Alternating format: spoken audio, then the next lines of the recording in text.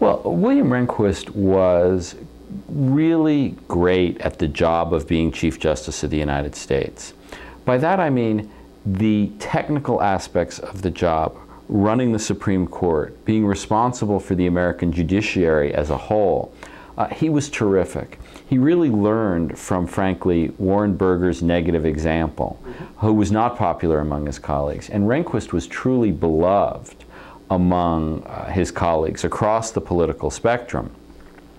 On the substance of his views, he was very conservative, and he didn't win as much as he'd hoped and as much as you might have expected him to hope. You might have expected him to win. But you know, his victories may come on those issues after his death.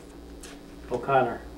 Well, O'Connor, I think, is really one of the large figures in American history, clearly the most influential woman in American history, and right up there among men. I think she had a politician's instinct for where the American people were on the most contentious issues of the day. And that was really where she wanted to steer the court. She was a moderate by temperament, by inclination, by politics, and I think that is where she tried to keep the court. Stevens. Justice Stevens is, I have to say, even to me, a rather mysterious figure. Not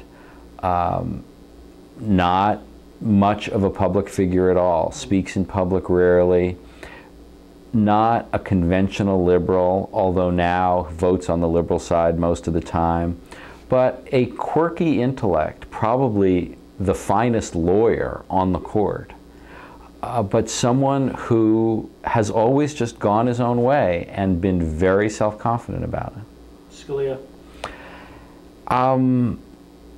Scalia is a larger-than-life figure, bombastic, intentionally outrageous at times, and someone who, through many, many years on the court, I think sacrificed some influence for all of his pizzazz, sometimes alienating colleagues. I think the Heller decision on gun control is really the first very important majority opinion that Scalia has written, but I think is an illustration of how late in his career his influence is only rising. Thomas. Well, Thomas is the most complicated and tortured figure on the court. He is still deeply obsessed and hurt by the experience of his confirmation hearings. He is by far the most conservative member of the court, well to the right of Scalia, and someone who is a paradox because he is beloved among his colleagues, beloved by the people who work at the court, very fun, yet at the same time seething with anger.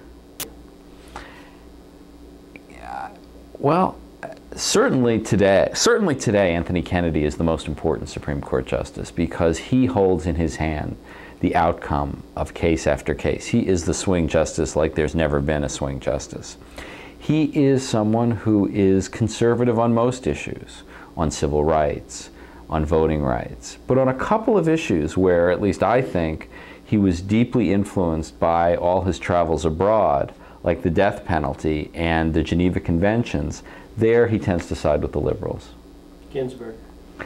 Ginsburg is one of the few lawyers to serve on the history of the Supreme Court who would be a major figure in American law if she'd never served on the court.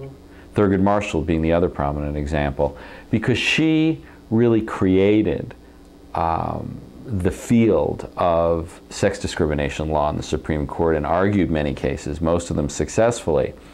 She has had the not so good fortune to be on the court at a time when her views have not been in ascendance.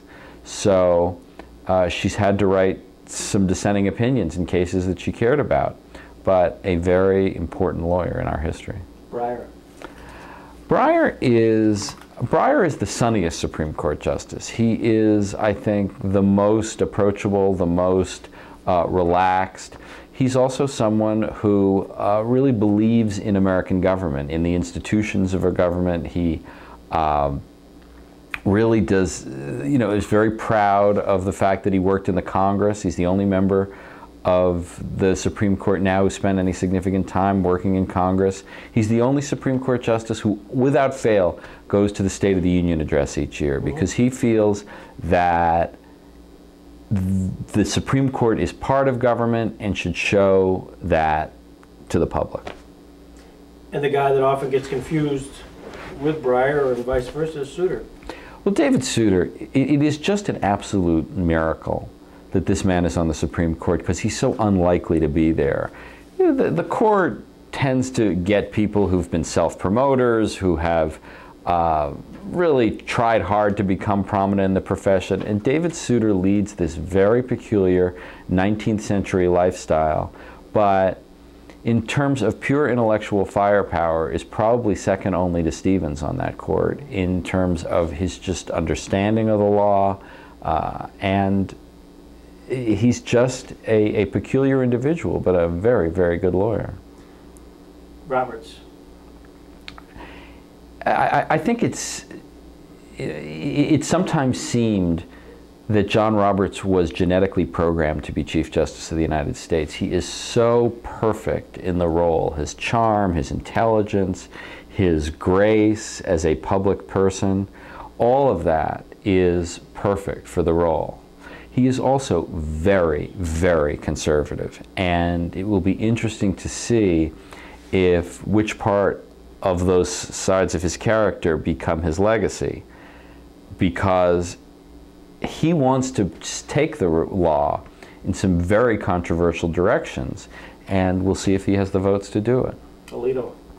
Alito is somewhat like David Souter in his shyness, his unlikelihood, in how unlikely it is that he wound up on the Supreme Court, because he's not a self-promoter. He's not someone who has burned with ambition his whole life to be on the Supreme Court. Very competent, very intelligent, very experienced, and very conservative. Questions is in the Robert Jackson Center. Is there a sense of Robert Jackson with Jeff Toobin? Oh, absolutely. I think, I'm going to talk about this some tomorrow, but my immediate association with Robert Jackson is that he was the best writer ever to be on the Supreme Court. Now, put aside the substance of his views, which was interesting, put aside the remarkable life that he led, just as a writer, as a stylist, as a creator of sentences, there was no one better on the court. And that's what I think of him above all.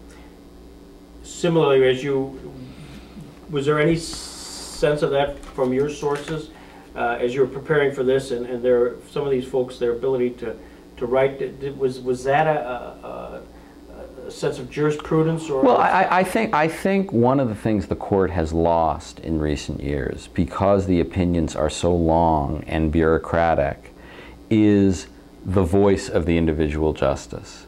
That the days when the justices did most of their own first drafts, you often had a sense of the individual through their writing. It is more homogenized now, and I think that's a loss at the court. And Jackson is the classic example of a justice who, even though he did not serve that long on the court, made a historical reputation for himself, not just for the quality of his thought, but the quality of his sentences. Jeff Toobin, thank you very much. Great to be here.